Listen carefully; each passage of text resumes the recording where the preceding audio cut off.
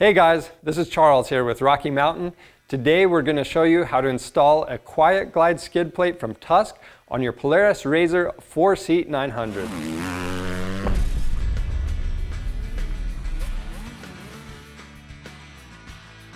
A full coverage skid plate is a great way to protect your investment.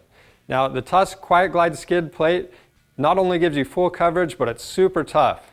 It glides over obstacles and objects, and it won't dent or break. Now, it's also really quiet compared to the other aluminum or plastic options available on the market.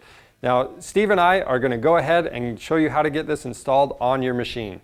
To do this job, we'll need some basic hand tools, rags, and safety glasses. We're also using a drill and impact. Also, refer to your OEM service manual for more information, proper procedures, and specs. Before we get started, you want to gather all of your hardware and pieces to make sure that you have everything. After that, be sure and read through the provided set of instructions to get familiar with the install process. First things first, we need to gain access to the underside of our machine. Now, for the majority of this video, we'll have the machine tipped on its side to better show you the install process. But for most of you at home, the easiest way to do this will be to use automotive style ramps. You'll drive the machine onto them, and that will give you plenty of room underneath the machine to get the skid plate installed.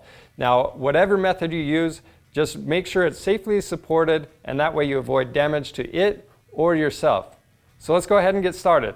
First, we need to remove the stock skid plate. We need to keep all of our bolts and cup washers, as we will use the majority of them later.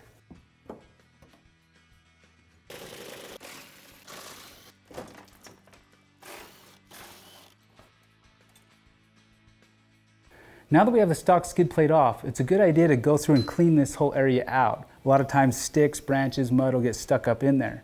After you've kind of cleaned things out, it's also a good idea to inspect your drive lines and your coolant lines, wiring harnesses, really anything that you don't normally have access to. To begin our installation process, let's start by grabbing the front differential skid plate. Now the hardware for that would be 2 small washers, 2 existing screws that were used to hold the stock skid plate on, 2 5/16 by 1 inch Allen head screws, and a plate with 2 holes in it. Now we're going to take the plate with the 2 holes. Now I'm using a magnet just because it makes it easier when it's up like this. But for you viewers, if you have this down level, you can just lay this right up in here,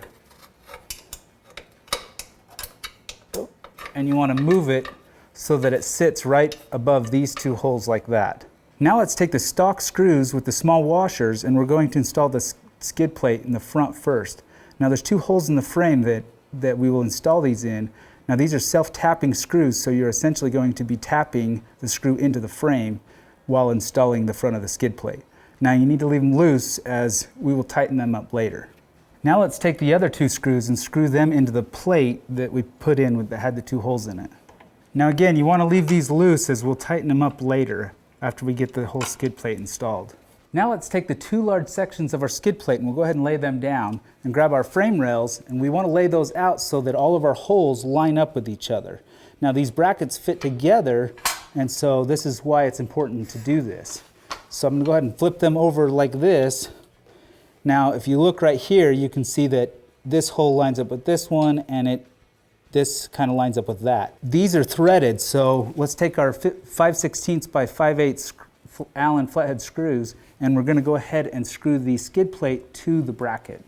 First, let's start with the front part of the skid plate and the front brackets. We'll go ahead and install our screws, but leave them loose for right now.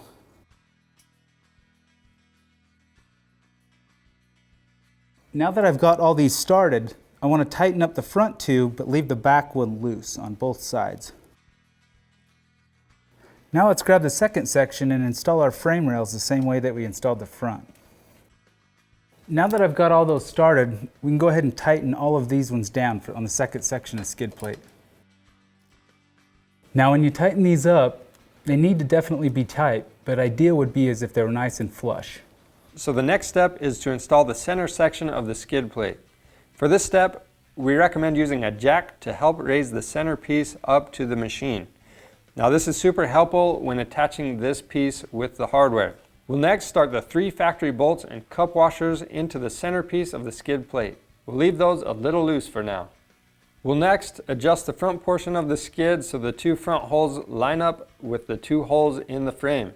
We'll use a T40 Torx bit to bolt down two 5/16 by 1 inch bolts.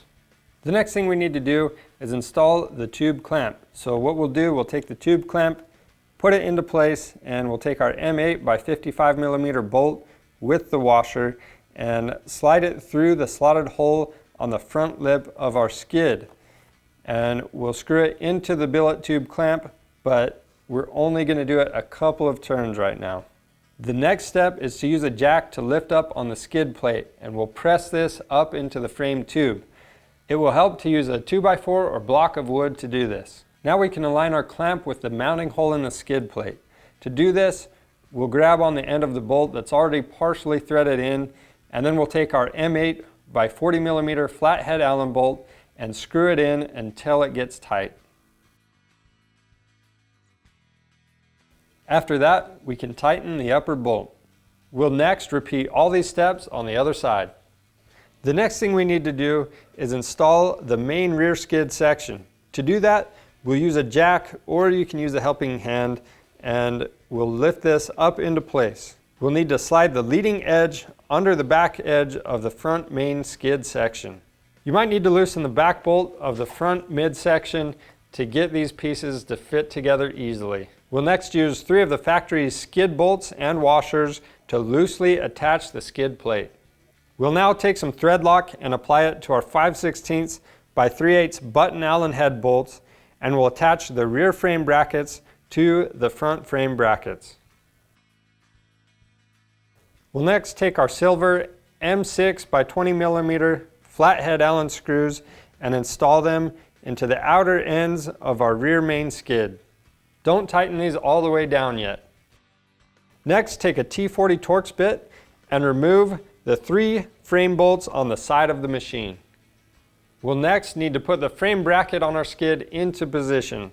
We'll reuse these 3 bolts we just took out and screw them back into their original positions. You might need to use a jack to get the frame bracket into the correct position. Next, we need to install the rear skid plate. But before we do that, we need to take 2 of the stock bolts that held the stock skid plate on, and we need to tap these holes out using the bolt because they are self-tapping screws. So just take your 10 millimeter socket and drill and go ahead and tap those out. Okay, so I've got all the hardware here that we're going to need to use to install the rear skid plate. We've got 2 plates, we have 2 5/16 by 1.5 inch Allen screws. We're going to reuse 5 cup washers and 1 fastener, and then 4 M6 by 25 millimeter hex head bolts and 4 UHMW spacers. So first we need to take our 2 small plates and we need to locate the rear holes of this plate and lay them right on top of it so it looks like that. Now I can't do that because I have the machine on its side, so I'm going to have to do this a little bit different. But for you viewers, you guys would just lay it there, and then once you install the skid plate, when you install your screw, you should be able to just install that and thread right into the plate. Now what we need to do is install our rear skid plate by sliding it up underneath. Now we'll go ahead and use the stock fastener and cup washer just to hold it loosely. Now we can take the M6 by 25 millimeter bolts and cup washers along with our spacers. Now we want to install the spacer between the frame and the skid plate, and then we will put the screw through it up into the frame. What you want to do is when you install these is you want to install them but push the skid plate as far forward as you can and then snug them down.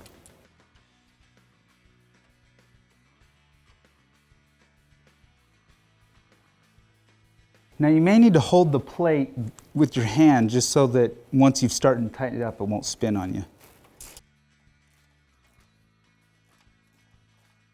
Now we can go ahead and tighten our other 5 fasteners. Now that we've got those tightened, let's go ahead and tighten the rear 2 Allen screws on the large section of the skid plate. Now for these last 4 holes, we need to actually take a drill bit and drill them out. Now our kit comes with a drill bit provided, so you'll just need to grab your drill. Now because if you're not sure what's actually behind this, a very safe way to do that is we're going to use our 5/16 by 1 inch fasteners. You could just measure that on your drill bit and use a little tape. Then you know how far you need to drill in. and you won't over drill something or hit something else and damage it. So you just need to be really careful there. Now that we've got those drilled, let's go ahead and take our Torx bit and screw these in.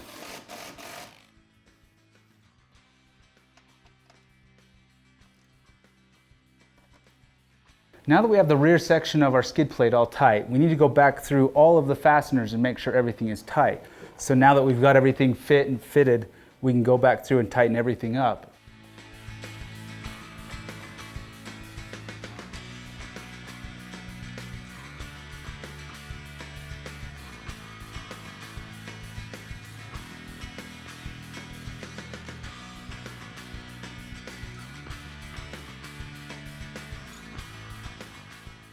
And that's all there is to installing the Tusk Quiet-Glide Skid Plate on your RZR 4-seat 900.